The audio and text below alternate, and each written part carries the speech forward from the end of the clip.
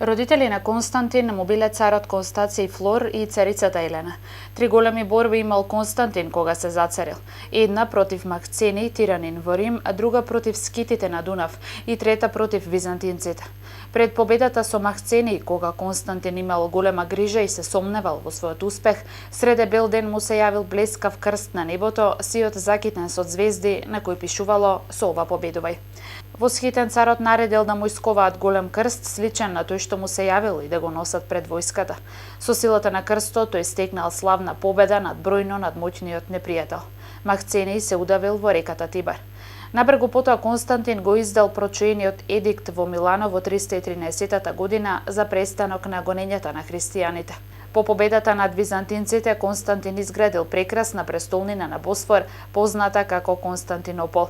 Неговата мајка, царицата Елена, силно се борела за верата Христова.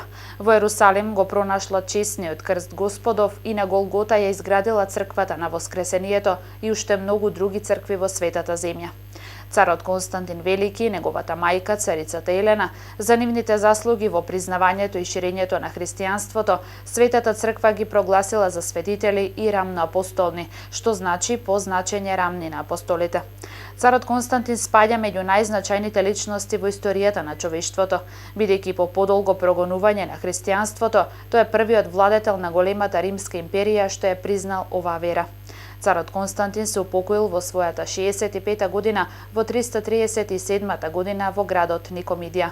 Неговото тело е погребано во црквата на Светите апостоли во Цариград.